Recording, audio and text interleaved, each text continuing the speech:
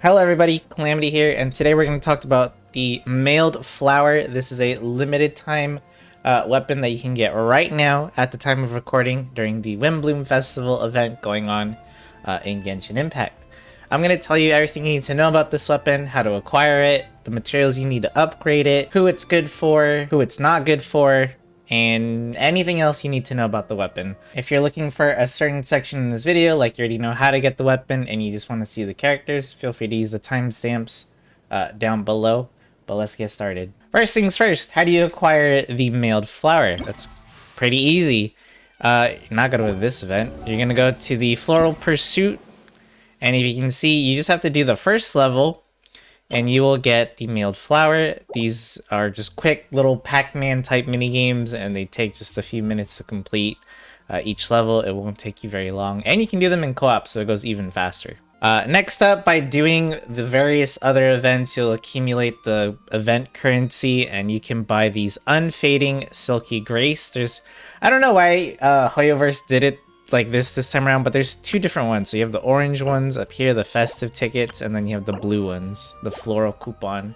You're gonna need both because there's an Unfading Silky Grace on both. So you can see there's 3 here and there's 1 here. You're gonna need all 4 so you can get the weapon up to Refinement 5. Now, once you actually have the weapon, in order to enhance it even further, you're gonna need quite a bit of materials here. And you'll notice at the top it said you do get an additional bonus to EXP during the event. So it's a good time to upgrade it to 90 as you'll use less of those precious weapon crystals. First off, you're going to need the Dandelion Gladiator weapon artifact or weapon ascension materials, excuse me. They look like handcuffs, and they are only available on Wednesday, Saturday, and Sunday in the weapon domain in Mondstadt. Next up, you're going to need the Marked Shell. These are from the brand new consecrated beasts that were introduced in the previous update. If you click right here where it says the dropped by level 60 plus consecrated beasts, it'll actually take you to your adventure notebook, and then you click navigate, and it'll show you where they are on the map, and you can go to there and farm these things. Now, you are going to obviously need to have the latest area unlocked, which is the desert area here. In Sumeru, and if you are unfortunate enough to not be that far into the game yet, then you'll have to double check me on this YouTube, but it should be on this island right here. I believe there's just a few that spawn, but you definitely want to get the newer area unlocked as soon as you can so that you have more consecrated beasts to farm. You can also buy these from Paimon's Bargains. I don't really recommend it because you have to use your precious currency, which I'd rather y'all use for something more important like wishes and other stuff, but it is an option if you don't have access to these areas quite yet. And then the last material you'll need to upgrade the weapon is the nucleus from the specters. These spawn all over Inazuma and some in Sumeru, as well as Enka Noimiya. Now, that being said, what is the Mailed Flower and what does it even do? The Mailed Flower is a claymore type weapon with a Elemental Mastery substat. Mine is not fully upgraded, as you can see. I'm still working on farming the materials myself, so obviously these numbers are going to be a bit higher once I get to level 90. Mine is also at Refinement Rank 2, and the only reason it's at this is because I usually wait till I get all of the event done and then buy everything in the shop at once. That being said, the weapon effect is called Whispers of Wind and Flower. Within 8 seconds after the character's elemental skill hits an opponent, or the character triggers an elemental reaction, their attack and elemental mastery will be increased by 15% and 60% respectively. Now, if you were playing in the previous Mondstadt event, we actually got a similar weapon with a similar effect. It was called the Missive Wind Spear.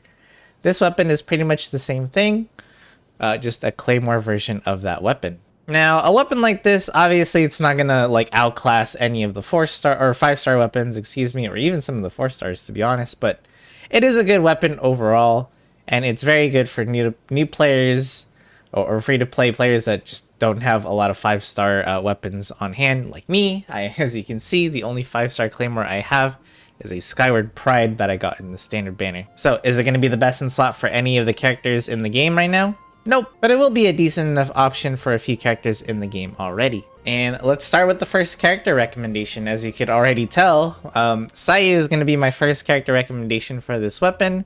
It gives her elemental mastery and attack percentage, which is what she wants. If you are unfamiliar with her kit, let's take a quick look. If you look at her burst, her healing is based off of her attack. She also has a passive talent called Someone More Capable, where when she triggers a swirl reaction, she's going to heal her nearby allies for 300 HP, as well as an additional point of HP for each elemental mastery that she has. So nice bit of healing there that she's going to do quite frequently. And if you're so lucky to have her at C6, elemental mastery is going to benefit your Sayu even more, as it's going to increase the damage of her burst, as well as, again, even more healing. So the mailed flower being a very solid option for Sayu.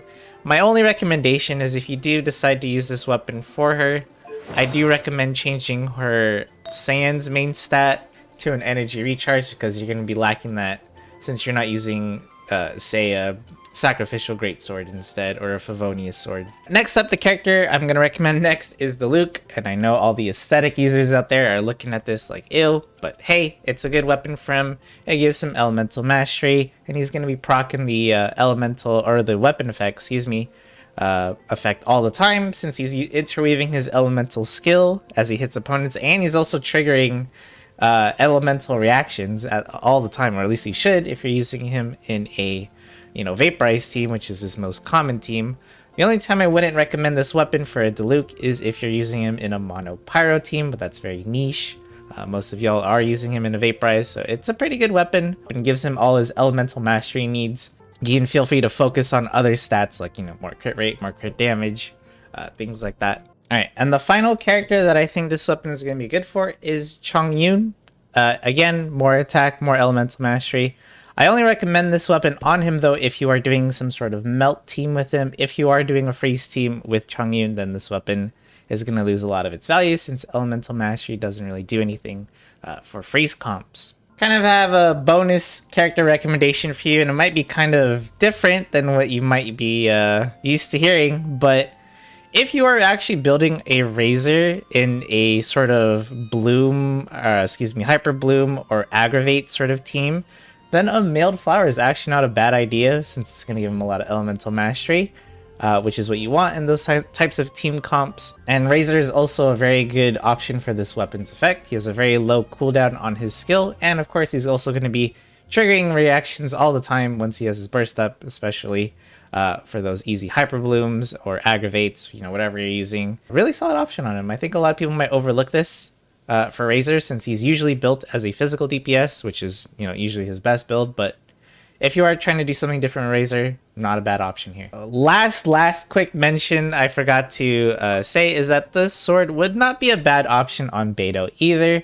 Whether you're using her in electro charged comp or hyper bloom stuff, it's gonna work out pretty well. But sort of like Sayu's case here, like if you are gonna give her this sword, then she definitely needs to get some energy recharge on her substats. If you're using this weapon on Beidou, you might want to opt in for a main stat energy recharge Sands for her, just to make up for the lack of energy recharge she'll be getting. But if you think she's fine with her current energy, and then this is going to be a good option for you, just going to need to build that crit rate and crit damage as well. Real quick, I just want to also mention characters that it's not so great for, and the first one that's going to pop up here is Noelle. Noelle does not want the new mailed flower, simply because it only gives you attack and elemental mastery. As a Geo character, elemental mastery is super useless for her. She also scales off HP for her heals and defense for her damage, especially at C6. So getting her that weapon isn't really going to do much for her in terms of healing or DPS. Same goes for Arataki Ito. He's also a defense scaling character, which this weapon does not provide. Another character I can't really recommend this on is Dory. I don't know how many people are still using her, but it's not really that good for her. The elemental mastery on her is nice, if depending on what team she's on, but you don't really want to use her as the one triggering the reactions in this case. She is good just as a healer and just as a battery for your team, and I think that's the best way to build her, so I would still recommend giving her a sacrificial greatsword or a Favonius greatsword instead, which gives her way more energy recharge. That is going to be it for this video. What do you guys think about the mailed flower? Are you guys going to be using it on anybody, or is it just going to be sitting in your inventory collecting dust? Let me know who you decide to use it on, or if you have any questions about the weapon itself that I forgot to mention, feel free to leave a comment down below. Thank you for watching. Subscribe if you like the content, and I'll see you in the next video.